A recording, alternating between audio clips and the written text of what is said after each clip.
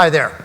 I'm an entrepreneur, and I'm going to tell a little story today about how I got started 30 years ago. So I actually had a business that I started in college and had sold that company, and then I went and I said to myself, you know what, I bought a new home, I bought cable television. And cable television had just started, and I got 30 channels, okay? Now, how many remember when there was just 5 channels? ABC, CBS, NBC, right? Independent, PBS. So 30 channels, I ordered the 30-channel package, and I'm going through all 30 channels, and I get to channel 30, and this is what I saw.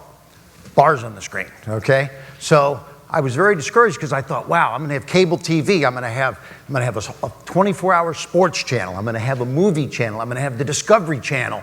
But when I get to channel 30, that was what I saw. And so I called the cable company and I said, what's going on? I think there's some technical problem. It's not coming through channel 30. They says, oh no, we don't have enough programming for channel 30. That's called local access. And that channel is not going to be programmed for a while. So you just got to wait, and you're paying for it, but you're not getting anything yet. So, wow, I'm like, wait a minute, that doesn't sound fair. What can I do? So the entrepreneurial side of me, right away, my mind was spinning. What potentially could I put on channel 30? So as a curious entrepreneur, I go to a lot of trade shows. I do, about 30-some trade shows a year. I happen to be about a week later at the Philadelphia Home Show.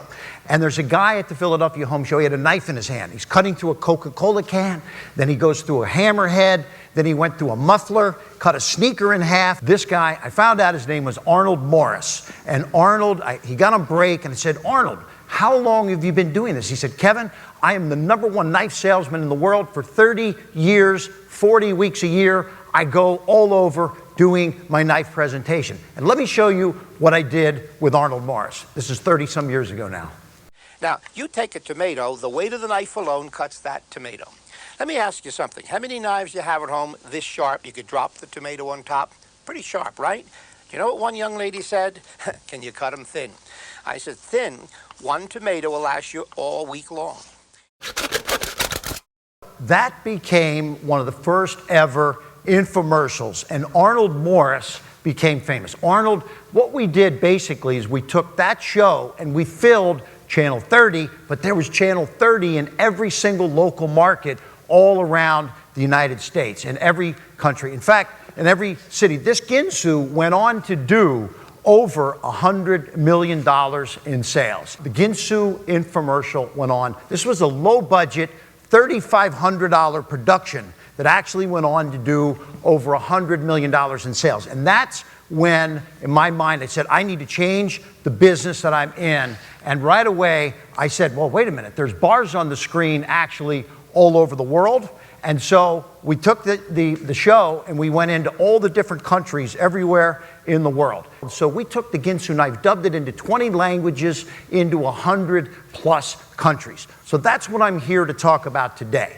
Arnold Morris was a knife guy that had been doing what he did for many years in front of small groups of 10 people at a time. And what I did with Arnold Morris is I said, how can we take you, Arnold, public? And that's what I'm here to talk about today, is going public with your IPU. And the IPU stands for your intellectual property.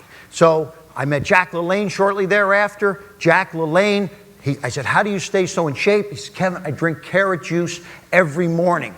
The IPU was the Jack LaLanne juicer. So yes, everybody, I went from taxi cab drivers to masseuses that I run into, wherever I go, people are always coming up with ideas. And that has become a secret passion of mine, is to help take people's initial idea, the IPU that they have, and take it public on a global basis. So just talking about Shark Tank a little bit, Shark Tank, every year they get tens of thousands of submissions, but only 300 of those actually get picked to go on the air. Why do these people get turned down? Why do 49,000+ people get turned down? Because there's 3 steps of doing a good presentation and going public. Discover, demonstrate, and dominate. And in this first step, in the discover step, Look for an idea that solves a problem, eases a pain, or improves upon an existing business model. And I loved listening earlier today to Stacy. She sold 12 million mascara sticks. This is unbelievable. This is what I say is you must test before you invest. She didn't start right out selling millions of those. She started with a 1,000-piece order, and then it went to the next, to the next, to the next. And so this is what we do. We test before we invest. We go to the QVCs, the HSNs, the Groupons, the Alibabas. We go to, there's a directory of mail order catalogs, 1,500 catalogs, this thick. I ordered every single one of those catalogs at one point. I still get them today. For me, it's research of what's going on in every industry.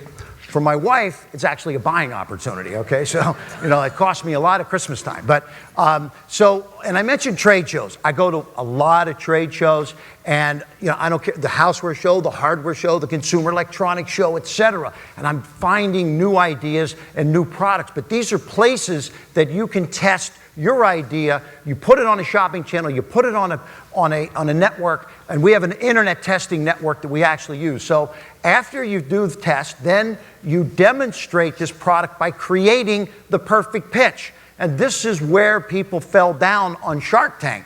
They didn't create the perfect pitch. It's called tease, please, and seize. And I'm going to walk through that. But first, let me show you one of the perfect pitches. I think I like it, one of the best, from Shark Tank. So watch this clip.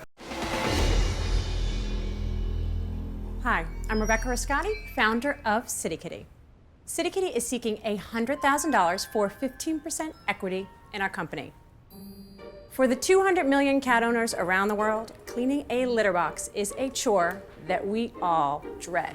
Litter boxes are germ breeding grounds.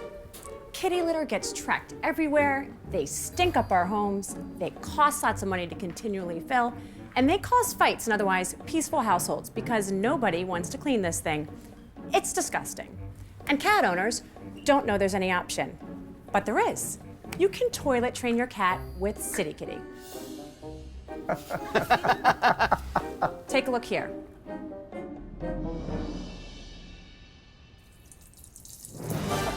With CityKitty, the dirty litter box is gone. Your home is cleaner. You're saving money. You're doing good for the environment.